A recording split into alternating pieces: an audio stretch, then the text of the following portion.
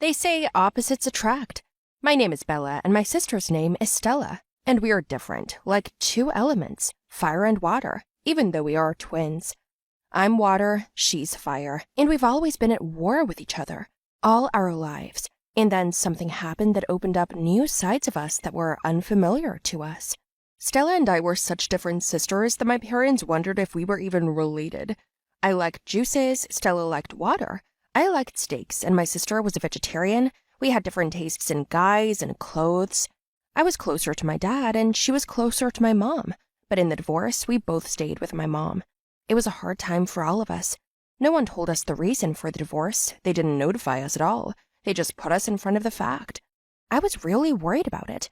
I always thought that family was something sacred, and in general, it was not ruinable. I never thought it would affect our whole family. When we were without a father, my mother worked a lot, and Stella and I grew up on our own, going to school and coming home and fighting. All the time, every day. Did you eat my zucchini again? I told you it was mine. Come on, I don't eat vegetables that often. It just went perfectly with my lunch this time. Eat your stinky meat, and don't touch my vegetables. Got it? It was a normal conversation. In the evening, I was going out with my friends, but I couldn't find my favorite sweater in the closet. A little later, I found out that Stella had worn it and had thrown it in the wash, but it hadn't been washed yet. My eye twitched. Stella, why the fuck did you touch my stuff? Who said you could? Oh, I just forgot to wash it. That can't be eaten at least, unlike my zucchini. So you're getting back at me or something? Well, you want to put it like that. What's the problem? After you? You walked around in it sweating, stinking, and I have to wear it? Don't bullshit me. I don't sweat like you. Yeah, at this rate you'll die of anemia. You're worried about me? I can't wait to see if after you die nobody steals my stuff. Stella gave me the middle finger and left.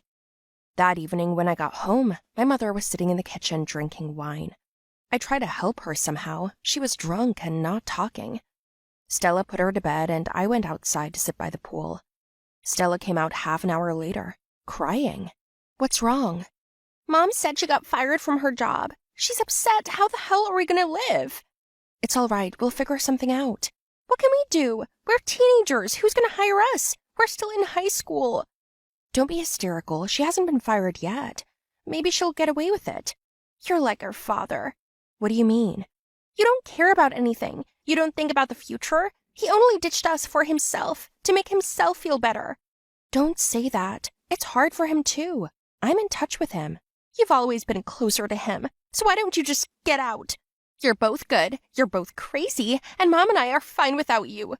Take that back, Stella. I stood at the edge of the pool. I was hurt by her words.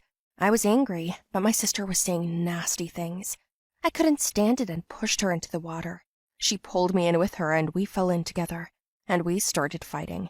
Yeah, we were both screaming like crazy, and my mom came out to our screams. We froze. Mom, is everything okay? Mom, we're just here fighting again. You've been doing it all the time since you were born. I thought it would be better if Bella was taken by her father. He suggested it. Are you serious? She's finally getting out of here. Don't say that, Bella. I love you. I want you to be happy where you want to be.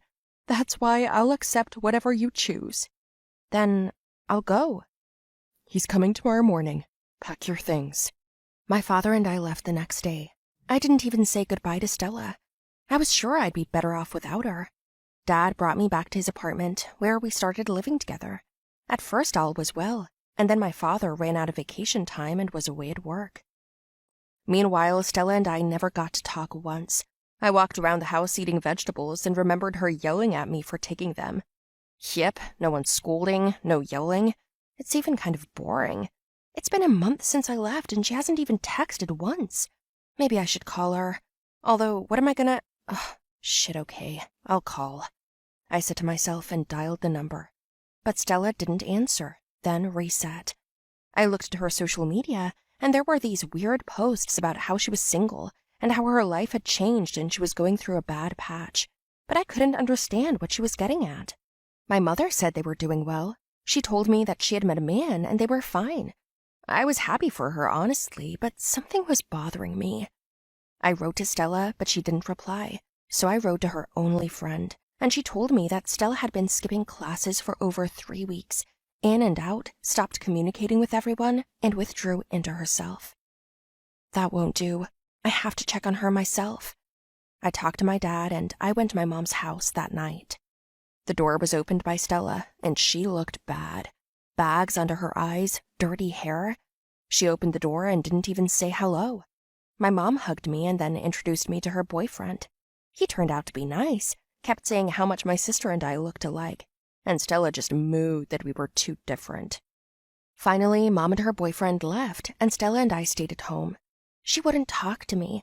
I sat down next to her and started asking questions and telling her about myself, but she suddenly yelled at me that she didn't care what was going on with me.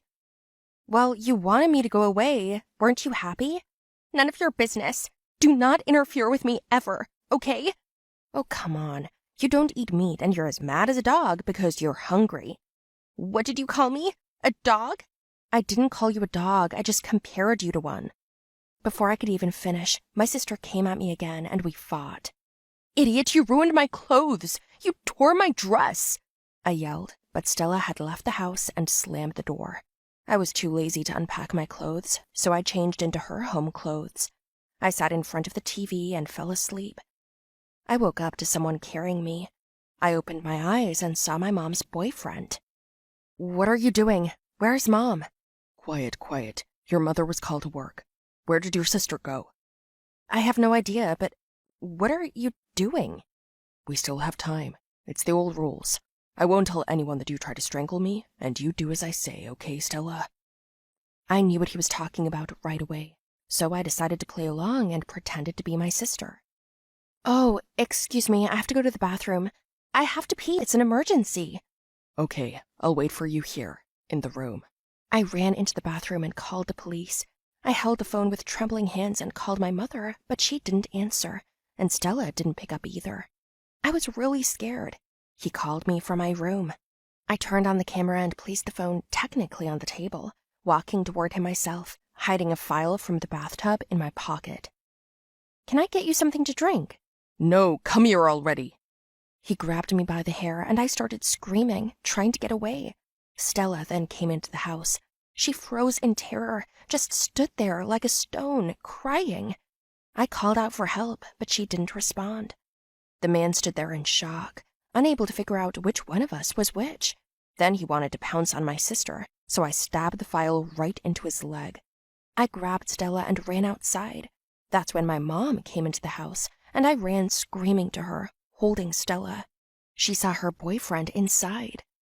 Bill, what are you doing here? You're supposed to be going home. Honey, it's not what you think. I can explain. But at that point, I came up behind him and knocked him over the head with a chair. He passed out, and the police arrived. He was almost immediately charged with molestation. While my mother was writing a report on him in tears, I was hugging my sister. She told me everything, how he threatened to kill our mom and find her and me. I told her then that she was the dearest person I had and that I would do anything for her.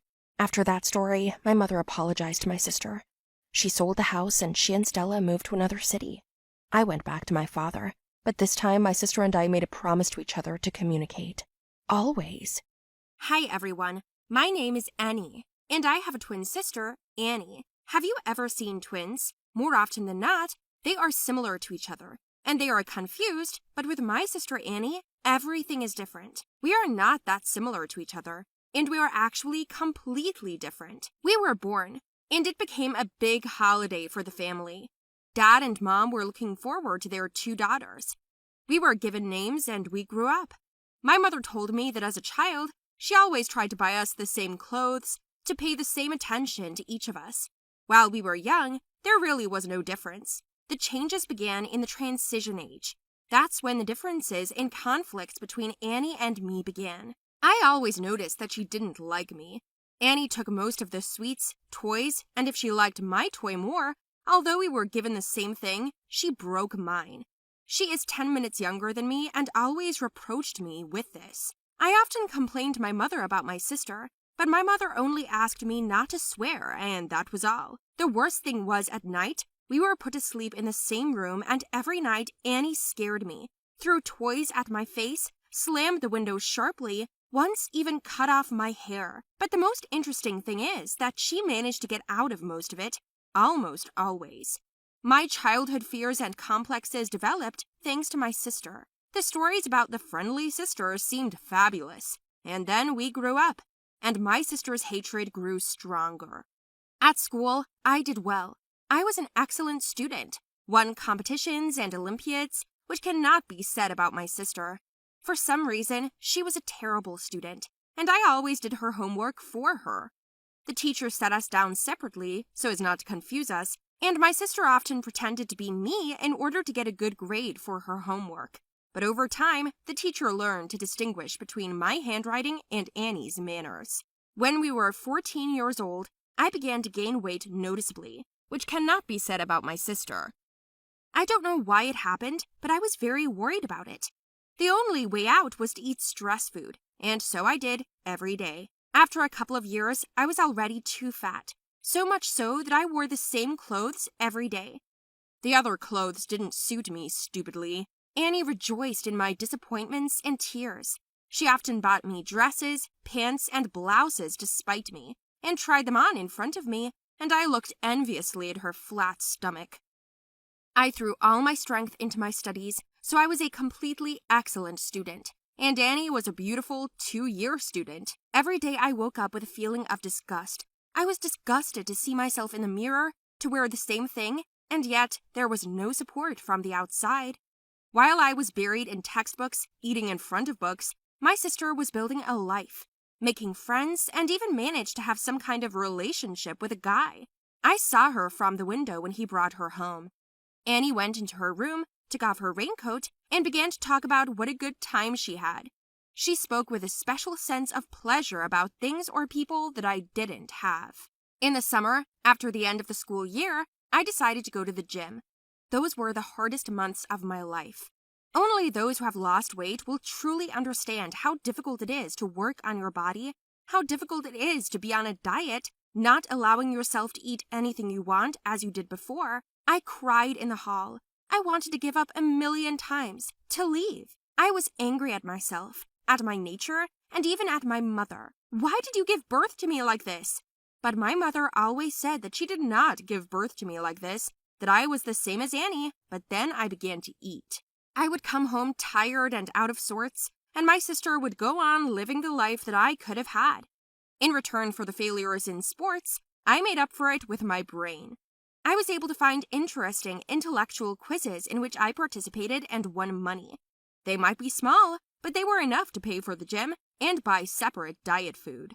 I went there all summer without missing a single training session. And you know what the most offensive thing was? I did not lose weight by a gram, not by a centimeter.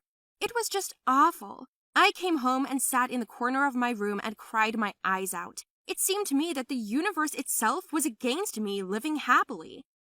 In response to my tears, Annie just smiled. She was acting really weird that night. At first, she laughed hysterically, and then she went into the kitchen and drank a martini.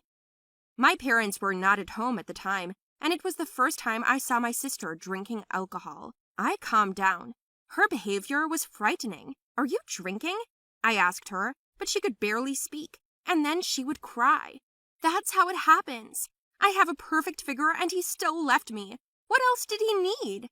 she said and wept bitterly. At this moment, I wanted to comfort her.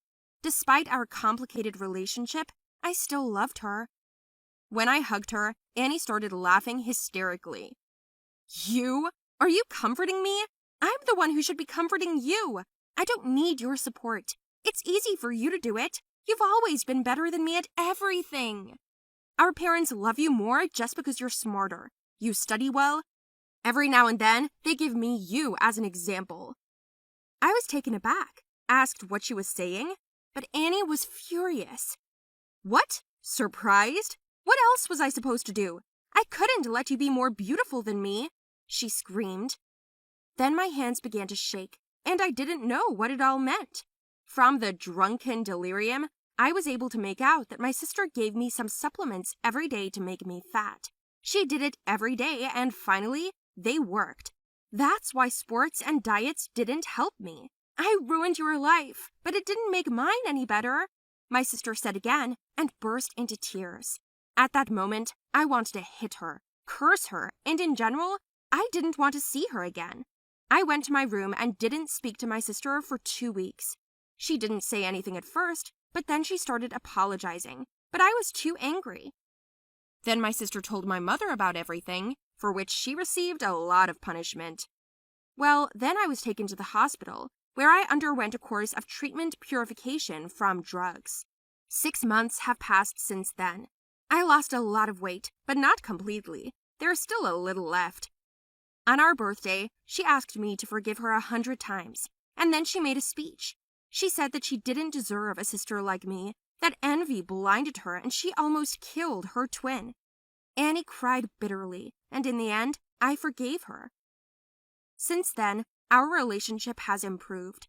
Annie now helps me dress stylishly, introduces me to friends, and takes me everywhere with her. Would you forgive her if you were in my place?